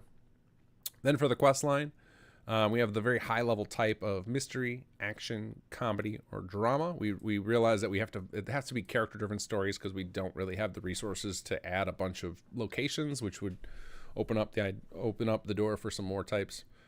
Motivation, revenge / pursuit, discovery, treasure or knowledge. Atonement, redemption. Settlement needs your help. We're gonna just go ahead and remove that now. That's too much of a joke one. Everyone's gonna vote on it just to mess with our writers. Personal gain and greed, fear and coercion. Main character quirk. This is a new one we added. We didn't have this poll last year. Multiple personalities, like a Jekyll Hyde type of situation. Somebody who breaks the fourth wall. Overly positive. Conspiracy theorist. Speaks in metaphor. This one I have to figure out how to word this better, but convinced the player isn't real, or that they themselves are dead or not real. Something about either them or the player is not really there, or it's not a real person in the world. All right, then the player home. We've got locations. A city, which I think we used last year. Or no, last year we did coast and I already removed it. So in the city, glowing sea, an old diner, a tree house, houseboat, a train car, or an quarry. The theme, a fortified bunker, a cozy home, a modern apartment, a former store, a hunter's lodge, bar / club, raider hideout. And under accommodations, we have made for two, which means it's going to be designed to look like you and your companion, romanticized companion specifically, could live there. Have a robot butler, so a place for a robot to live within there. A power armor display room or a trophy room. Then for dungeon, we've got our setting options of, and these were heavily dictated by like the build kits that are available, but vault, subway / sewers, dilapidated building, factory, and shopping mall. And again, enemy type, same thing. These are kind of like the major enemy types that can take over a location without it requiring specific allegiances in the base game. So ghouls, mirelurks, gunners, raiders, robots, children of Adam, and super mutants. Then down to weapon. Again, these were pretty hard locked for us. There wasn't a lot new we could add, but pistol, shotgun, rifle, heavy weapon. We didn't put melee in there intentionally because melee is too easy. The type of projectile, ballistic, plasma, laser, explosive, radiation, and gauze. The style, the classic Fallout, wood and metal. Futuristic, institute, so that could be like plasticky type things. Modern, realistic, generally all metal, but not necessarily, but again, more of that modern weapon feel. And then steampunk. Then going down to armor, we've got the type, clothing, armor, accessories being like multiple things. So it could be like a backpack and a helmet, or like an eye patch or a watch, or just like a bunch of little accessories, however many things they could pull off in the amount of time. Style, makeshift post-war, futuristic, 50s sci-fi, modern realistic. Didn't add any new things to armor at all. If any of you guys have any ideas, would love to add some more to this poll to shake it up from last year. And then power armor, this is the one question mark of will we actually do this or not, but we took the poll ideas down anyway. Made from robot parts, a classic power armor, something army military themed, astronaut, space themed, and I don't know what just happened there. There it is. Okay, for some reason my cursor jumped. Experimental prototype, and then some paint job options. So we got business. Oh, and we lost, what was this last one down here? Did I delete it? Rusty, dirty, concrete. I thought we had a fourth option down here.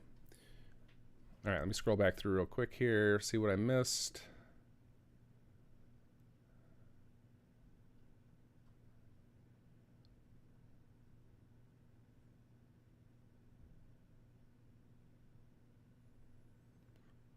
All right, weapon could be oversized pistol like a deagle. I think that could be up to the weapon designer. If they get pistol, they could do a big giant, big fat pistol. It's up to them. Cotard syndrome. Okay. The thinks you're dead. Oh, that's thinks you're dead versus thinks I'm dead. Interesting. Lorenzo's crown.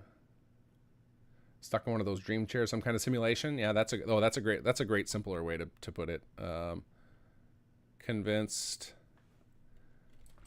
in what are the memory lounger simulation. I think that covers a lot of it. That's that idea. That's actually a perfect way to encapsulate that general feel they're going for, of like the person thinks something about the world is not real.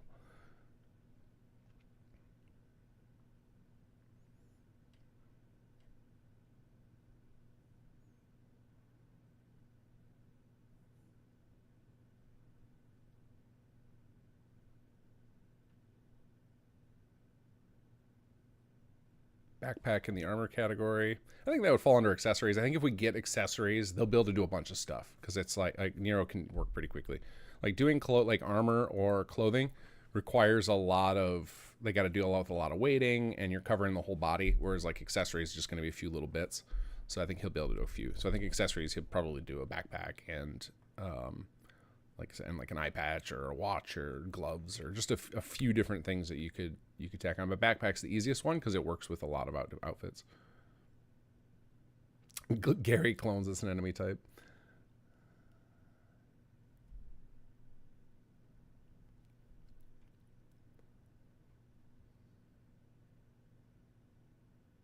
Are there any plans to add settlement blueprints to the workshop framework settlement blueprints mod? No, it's always meant to be. Workshop framework is meant to not have any real content in it. It's just a framework.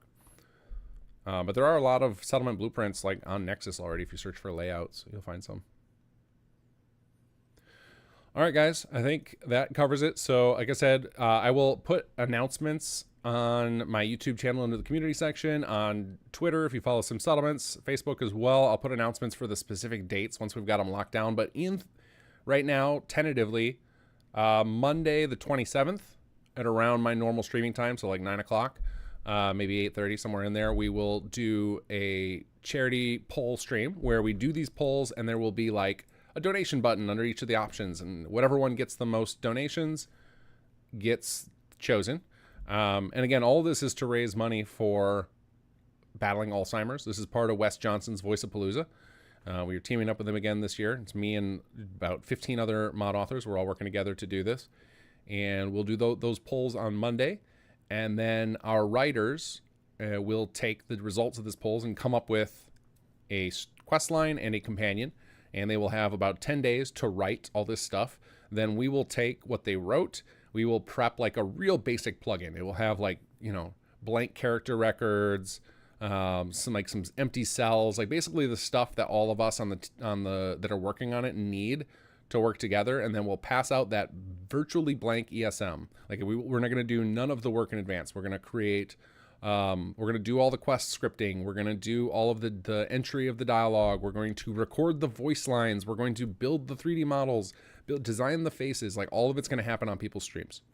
That will happen on June 8th. It will be all day long. For some people, all night long. And we will wrap up right as the Xbox Microsoft Showcase starts, which is, I believe, 10 a.m. Pacific time. So probably noon my time, noon or 1 Central time.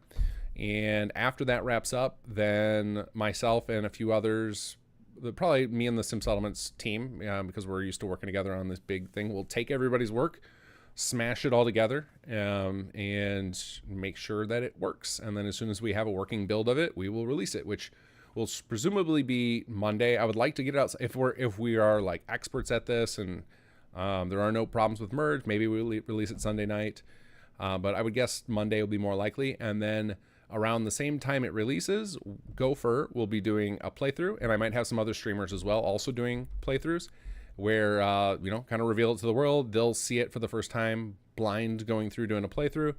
And yeah, and hopefully we'll get some celebrity guest appearances on some of these streams. Wes Johnson himself made himself available a couple of times last year. We'll see if he still has time this year. And it should be a lot of fun. So we're going to raise a lot of money for charity. That is the goal. So I will, again, keep you guys posted on those stream times, and I will see you very, very soon. So thanks, guys, for joining me and for all these ideas.